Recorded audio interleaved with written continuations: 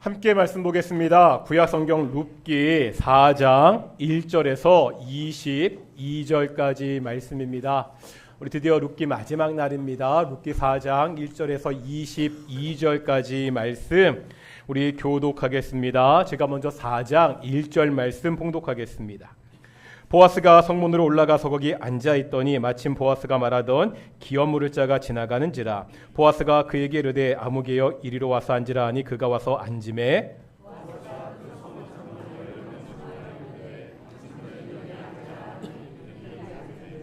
보아스가 그 기업 물을 자에게 이르되 모압 지방에서 돌아온 나오미가 우리 형제 엘리멜렉의 소유지를 팔려 함으로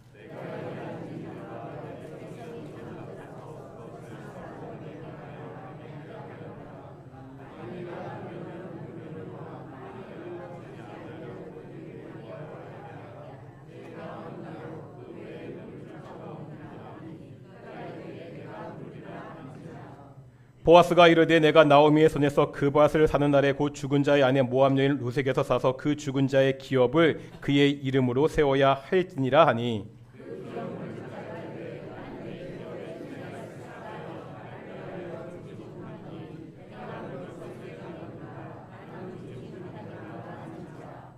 옛적 이스라엘 중에는 모든 것을 무르거나 교환한 일에 확정하기 위하여 사람이 그의 신을 벗어 그의 이웃에게 주던 이것이 이스라엘 중에 증명하는 전례가 된지라.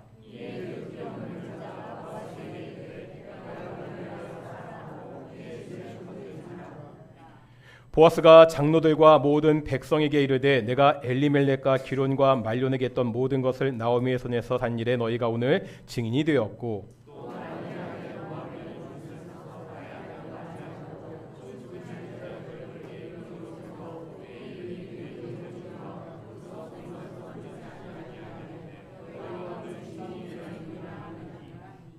성문에 있는 모든 백성과 장로들이 이르되 우리가 증인이 되나니 여호와께서 내 집에 들어가는 여인으로 이스라엘 집을 세운 나엘과 레아 두 사람과 같게 하시고 내가 에브라에서 유력하고 베들레헴에서 유명하게 하게 하시기를 원하며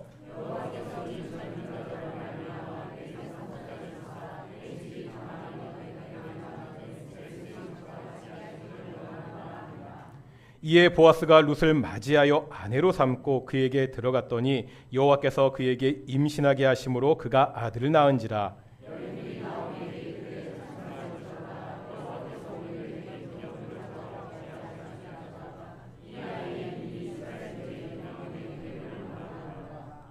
이는 내 생명의 회복자이며 내 노년의 봉양자라. 곧 너를 사랑하며 7 아들보다 귀한 내 며느리가 낳은 자로다 하니라. 그의 이웃 여인들이 그에게 이름을 지어주되 나오미에게 아들이 태어났다 하여 그의 이름을 오벳이라 하였는데 그는 다윗의 아버지인 이새의 아버지였더라.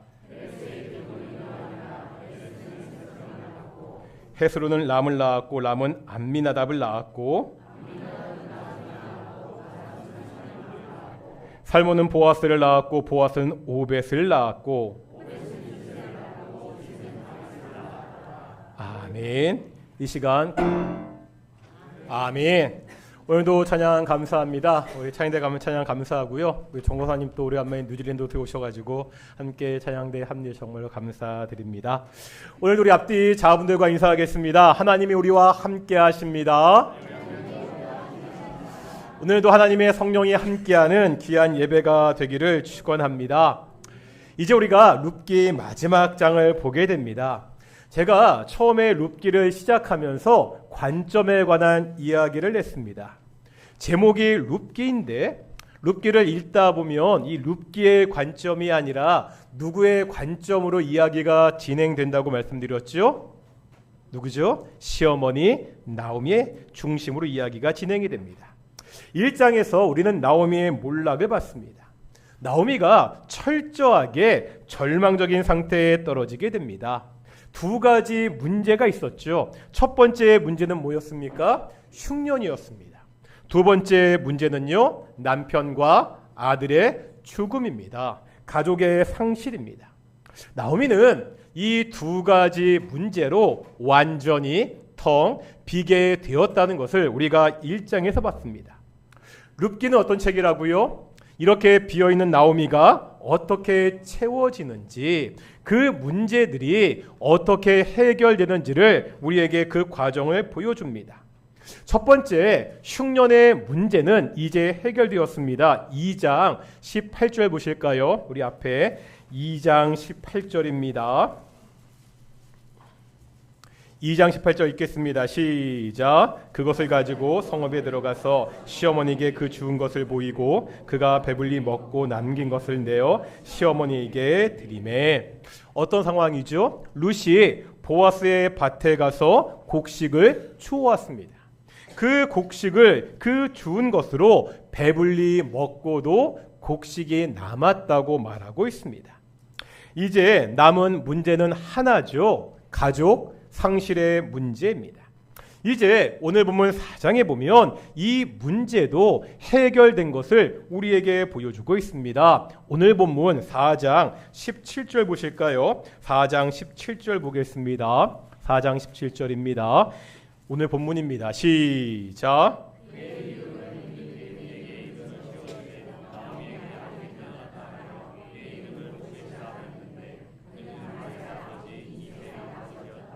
여기에 보니까 이웃 여인들이 나오미에게 아들이 태어났다, 마치 나오미가 아들을 낳은 것처럼 말하고 있죠. 그런데 이제 그 앞에 있는 13절 보겠습니다. 한번 13절입니다. 읽겠습니다. 시작.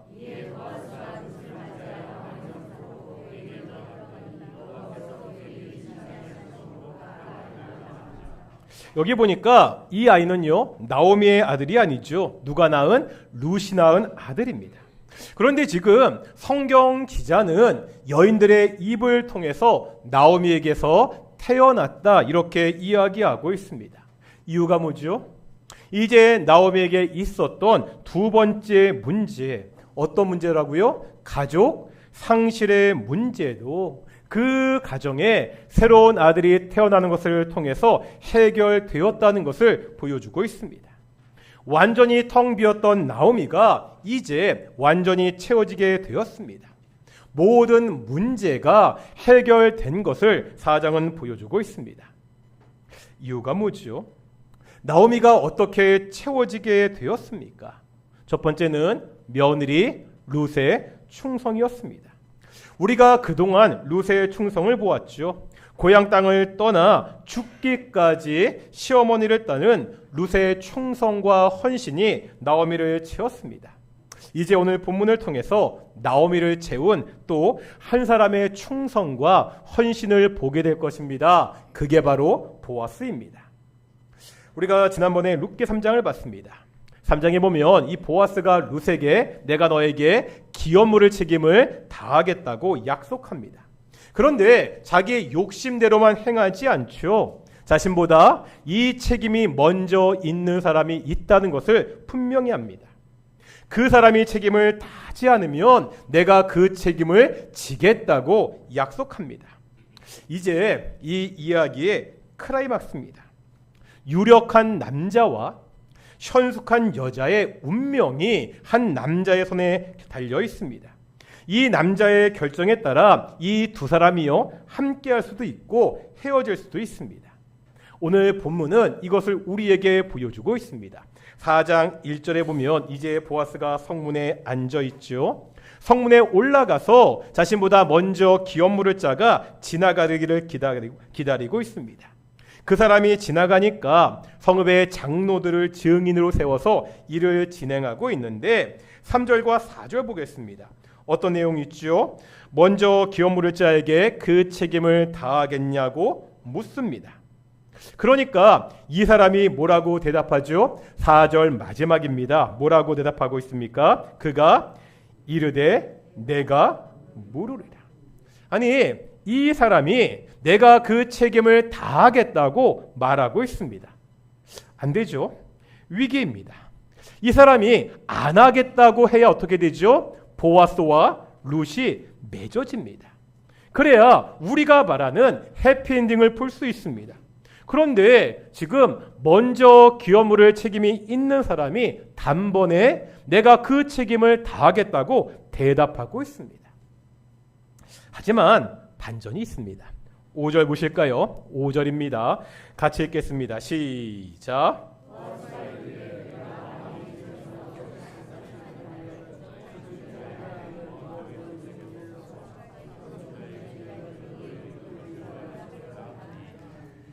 이게 좀 말이 어려운데 이런 내용입니다. 먼저 기업물을 책임 있는 사람의 대답을 들은 다음에 이 보아스가 그 사람이 잊고 있던 한 사람의 존재를 상기시키고 있습니다. 바로 룻입니다. 처음에 이 사람이 내가 그 책임을 다하겠다고 대답한 이유가 있습니다. 율법에 대한 책임감 때문이 아니었습니다. 자신의 이익 때문이었습니다. 기업물을 책임을 다하기 위해서는 엘리멜렉의 땅을 사야 됩니다. 그리고 미망인인 나오미를 돌봐야 됩니다. 이건 분명 돈이 들잖아요. 그래도 따져보면 이익입니다. 땅을 살 때야 돈이 들지만 결국 나중에는요, 그 땅이 자기의 소유가 됩니다. 나오미를 봉양하는 비용은 땅에서 나오는 이익을 가지고 충당할 수 있습니다. 나오미는 이미 나이가 많아서 자식을 낳을 수가 없습니다. 그러니까 결국 자식이 없었던 엘리멜렉의 땅은 누구 땅이 되는 거예요? 자신의 땅이 된다고 생각했기 때문에 내가 그 책임을 다하겠다고 대답했습니다. 그런데 이 사람이 한 가지 생각하지 못한 것이 있습니다. 그게 누구라고요? 룻의 존재입니다. 룻이 엘리멜렉의 아들과 결혼했잖아요. 나오미는 나이가 많지만 룻은 아직 젊습니다. 그래서 기업물을 책임을 다하기 위해서는 땅도 사야 되지만 어떻게 해야 돼요? 이 룻과 결혼을 해야 됩니다. 이것은 율법에 나오는 계대 혼인법에 근거합니다. 이런 겁니다. 형이 죽으면 그 형수를 동생이 아내로 삼는 그러한 법입니다. 왜 이런 법이 있죠? 당시 아무런 보호를 받을 수 없었던 과부를 보호하기 위한 그러한 법이었습니다. 이제 룻이 있습니다. 룻이 중간에 끼게 되면 상황이 복잡해집니다. 일단 나오미와 룻 두 과부를 봉양해야 됩니다. 룻이 젊기에 이 룻이 아이를 낳게 되면 어떻게 해야 돼요? 이 아이도 자기가 키워야 됩니다. 그리고 이제 자손이 있기 때문에 땅도 자기의 땅이 아니라 누구의 땅이 되는 거예요? 원래 엘리멜렉의 땅이 되는 겁니다. 그러기에 6절에 보면 이 사람이 뭐라고 대답하죠? 내 기업에 손해가 되니까 내가 그 책임을 다하지 못하겠다. 이렇게 대답하고 있습니다. 우리가요, 이 사람의 행동을 어떻게 평가할 수 있습니까? 멋있게 사람 참 못됐네. 야, 어떻게 사람이 자기만 알지? 이렇게 말할 수 있습니까? 이 사람의 잘못이 뭐죠? 이 사람은 적극적으로 선을 행하지는 않았습니다. 그렇다고 특별히 잘못한 것도 없습니다. 남을 적극적으로 돕지는 않았지만 남에게 해도 끼치지 않았습니다. 그냥 내가 손해볼 것을 염려했을 뿐입니다. 이 사람이 나쁘다고 말할 수 있습니까? 말하기 쉽지 않습니다. 남에게 해를 끼치지 않고 사는 것도 버거운 것이 우리네 인생입니다. 아니, 내 인생 하나 그냥 그럭저럭 살아가는 것, 그것도 힘든 것이 대부분 사람들의 일상입니다. 그러면 성경은 어떻게 평가하죠? 오늘 본문에 보면 재미난 장면이 있습니다. 다시 한번 이제 오늘 본문 7절과 8절 보겠습니다. 7절과 8절입니다. 읽겠습니다. 시작.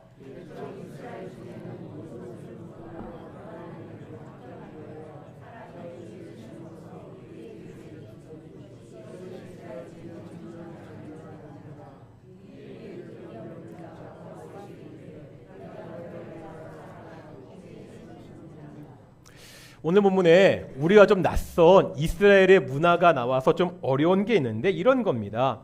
당시 이스라엘에는 어떤 일을 증명하기 위해서는 어떻게 하냐면 자기가 신고 있던 신을 벗어서 주는 전례가 있었습니다. 그래서 8절에 보니까 책임을 포기한 것을 증명하기 위해서 신을 보아스에게 벗어주고 있지요. 다시 말하면 내가 신었던 신이 오늘날로 말하면 이 이야기의 공증서, 그런 역할을 하게 됩니다.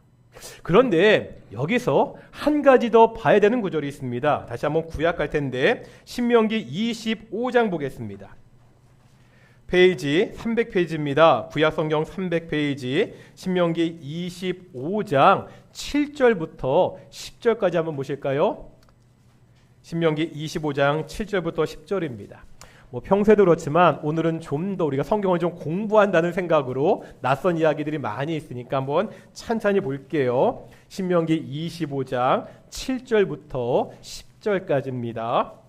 찾으셨나요? 같이 이런 구절 읽고 이해할 기회가 없으니까 한번 읽어보겠습니다. 찬찬히 7절부터 10절까지 읽겠습니다. 시작. 그러나 그 사람이 만일 그 형제의 아내 맞이하기를 즐겨하지 아니하면 그 형제의 아내는 그 성문으로 장로들에게 나아가서 말하기를 내 남편의 형제가 그의 형제의 이름을 이스라엘 중에 있기를 싫어하여 남편의 형제된 의무를 내게 행하지 아니하나이다 할 것이요 그 성읍 장로들은 그를 불러다가 말할 것이며 그가 이미 정한 뜻대로 말하기를 내가 그 여자를 맞이하기를 즐겨하지 아니하노라 하면 그의 형제의 아내가 장로들 앞에서 그에게 나아가서 그의 발에서 신을 벗기고 그의 얼굴에 침을 뱉으며 이르기를 그의 형제의 집을 세우기를 즐겨 아니하는 자에게는 이같이 할 것이라 하고 이스라엘 중에서 그의 이름을 신 벗김 받은 자의 집이라 부를 것이니라. 아멘. 좀 복잡하죠? 이런 말입니다. 신을 벗기었다에 또 다른 의미가 있다는 거예요. 단순히 확증된 일에 대한 공증의 역할만 하지 않았습니다.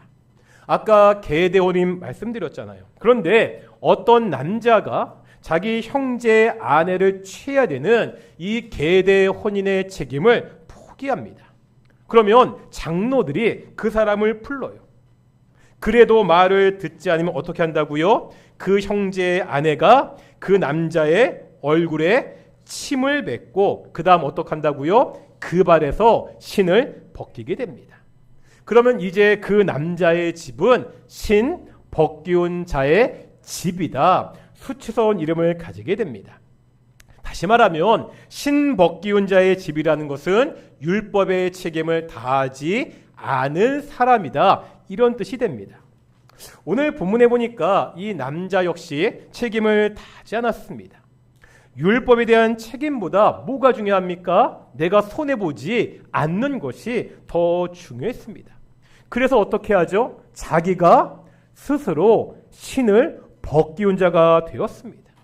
스스로 부끄러운 이름을 갖게 되었다는 거죠. 보아스는 달랐습니다. 보아스는 적극적으로 선을 행하고 있습니다. 다른 사람이 손해가 된다고 포기했던 율법의 책임을 다하고 있습니다. 아니 정말 분명히 금전적으로 손해가 되는 일입니다. 그래도 책임을 다하고 있습니다. 이 문제를 생각해 봐야 됩니다.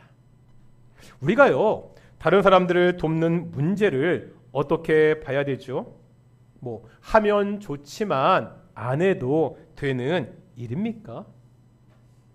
예수님은요 좀 더 적극적으로 말씀합니다. 누가복음 16장에 보면 우리가 잘 아는 부자와 나사로의 이야기가 있습니다. 어릴 적에 많이 들었죠. 부자와 나사로. 나사로는 거지였죠. 보면은요 나사로는 어디에 가죠? 나중에 천국에 가고 부자는 지옥에 갔습니다. 이유가 뭐죠? 왜 부자는 지옥에 갔고 거지 나사로는 천국에 갔습니까?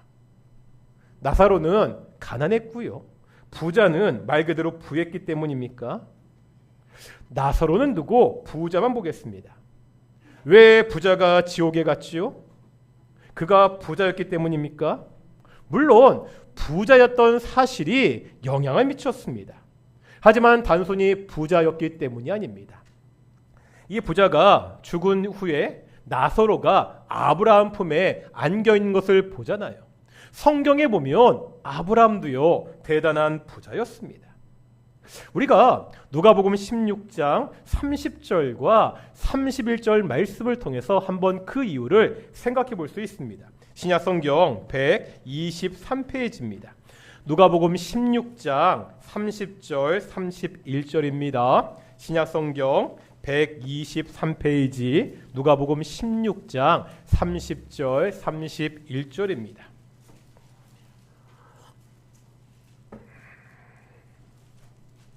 찾으셨나요? 같이 읽겠습니다. 시작. 이르되 그렇지 아니하니이다. 아버지 아브라함이여 만일 죽은 자에게 가서 그들에게 가는 자가 있으면 회개하리이다. 이르되 모세와 선지자들에게 듣지 아니하면 비록 죽은 자 가운데서 살아난 자가 있을지라도 권함을 받지 아니하니라 하였다 하시니라. 아멘. 이런 거예요. 30절에 보니까 지옥에 있는 부자가 이제 남아있는 자신들의 가족이 생각납니다. 자기처럼 지옥에 오면 안 되잖아요. 그래서 아브라함에게 이 나사로를 보내달라고 그렇게 부탁합니다. 죽은 나사로가 나타나서 이야기하면 그래도 이 가족들이 그 말을 들을 것이다, 이렇게 생각했기 때문입니다. 이 부자의 요청에 대한 대답이 31절입니다. 무슨 말이죠? 모세와 선지자들에게 듣지 않았던 사람은 아무리 죽은 자가 가서 말하더라도 듣지 않을 것이라는 거죠. 다시 말하면 사람들이 천국에 들어가기 위해서 알아야 되는 것, 들어야 되는 것은 이미 누구를 통해서? 모세와 선지자를 통해서 전해졌다는 거예요. 이것을 보면 이 부자는요, 살아있을 때 모세와 선지자의 가르침을 듣지 않았던 사람이라는 것을 알 수 있습니다. 그럼 질문입니다. 모세와 선지자의 가르침이 뭐지요? 이건 신약에서 구약 성경을 나타내는 그러한 용어를 말합니다. 다시 말하면 이미 구약 성경을 통해서 모든 방법이 있다는 거예요. 예수님은요, 구약에 나오는 모든 율법들을 단 두 가지로 요약해 주셨습니다. 첫 번째는 뭐죠? 하나님을 사랑하고, 두 번째는 이웃을 사랑하는 겁니다. 우리는 알 수 없습니다. 이 부자가 얼마나 하나님을 사랑했는지 알 수 없습니다. 회당 예배에 얼마나 열심히 참여했는지, 11조는 얼마나 철저하게 냈는지, 안식일은 얼마나 잘 지켰는지 본문에 나와 있지 않습니다. 하지만 분명하게 알 수 있는 한 가지는 있습니다. 이 부자는요, 이웃을 사랑한 사람은 아니었습니다. 이 나사로는요, 그 부자 대문 앞에 있던 거지였습니다. 부자는요, 집 앞에서 고통받고 있는 나사로를 전혀 돌보지 않았습니다. 아브라함과 하는 대화를 보면 생전에 이 부자는 나사로의 존재를 알았습니다. 부자는요, 나사로를 결코 사랑하지 않았습니다. 자기 주변의 가난한 이웃들을 돌보지 않았습니다. 이 부자가 하나님을 사랑하라는 그 율법의 요구는 따랐는지는 모르겠습니다. 하지만 이웃을 사랑하라는 율법의 요구는 무시하며 살았던 사람입니다. 성경의 요구를요, 내 마음대로 제한해서는 안 됩니다. 내가 여기까지만 하면 된다고 스스로 한계를 만들어서도 안 됩니다. 성경은 무엇을 하지 말라, 이것을 넘어서 적극적으로 선을 행할 것을 말씀하고 있습니다. 오늘 본문에 나와 있는요, 먼저 기업물을 책임이 있는 이 사람은 소극적인 선에 그친 사람입니다. 다른 사람에게 해를 끼치지는 않았습니다. 세상에서는 이 정도만 살아도 충분하죠. 하지만 하나님 백성은 다릅니다. 다른 기준이 요구됩니다. 바로 보아스의 모습입니다. 내게 손해가 오지만 적극적으로 선을 베풀고 있습니다. 공경에 처한 이웃을 돕고 있습니다.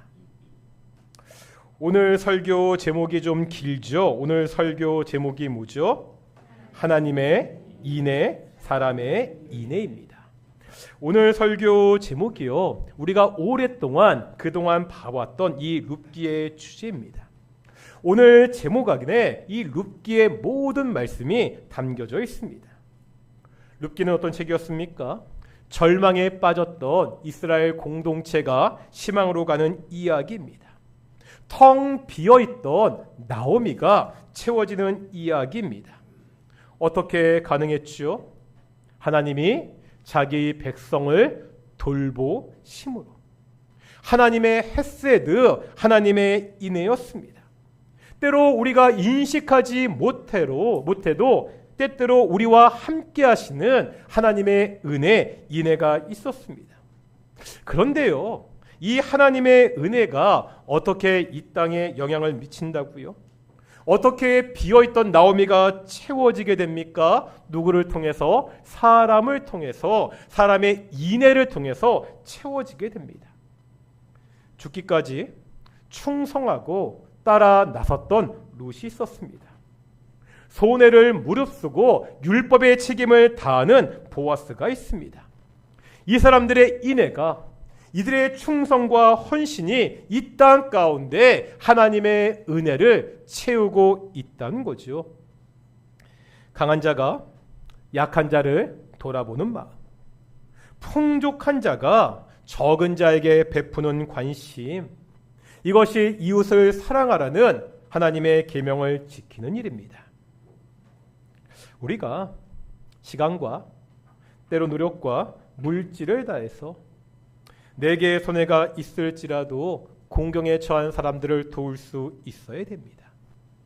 이것이 하나님의 은혜를 받은 사람의 마땅한 모습이라는 거죠. 나보다 약한 사람을 섬기는 일은 손해만 되는 일입니까? 그렇지 않습니다. 룻과 보아스를 보면 알 수 있습니다. 룻이요, 처음에 어떻게 불렸죠? 사람들이 룻을 뭐라 불렀습니까? 한번 2장 6절 보실까요? 룻기 2장 6절입니다.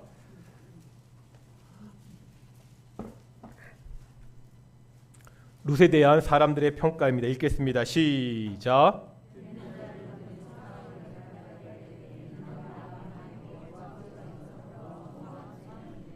뭐라 부르고 있죠? 모압 지방에서 돌아온 모압 소녀. 그저 이름 없는 이방 여인의 한 사람일 뿐이었습니다. 그런데 이제요, 오늘 본문 보겠습니다. 4장 15절입니다. 4장 15절에 보면 이제 여인들이 룻을 평가하고 있습니다. 4장 15절 읽겠습니다. 시작.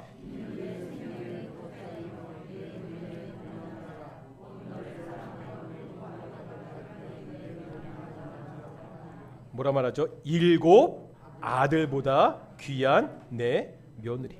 아들 7이 있어도 바꾸지 않을 며느리다, 이렇게 평가하고 있습니다. 이건 단순히 여인들의 평가가 아닙니다. 성경의 평가이기도 하고요, 결국 하나님의 평가입니다.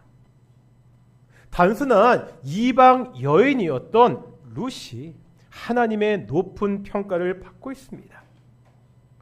보아스는 어떠합니까? 보아스는 당시 사람들에게 유력한 자라는 평가를 받았습니다. 그런데 이제 그 평가의 차원이 달라지고 있습니다.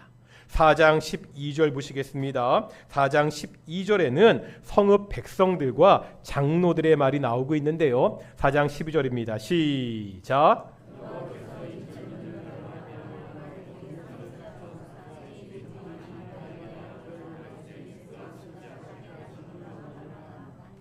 여기에 보니까 보아스의 집이 다말이 유다에게 낳아준 베레스의 집과 같기를 원한다, 이렇게 말하고 있습니다. 이 말이 왜 중요하죠? 이유가 뭡니까?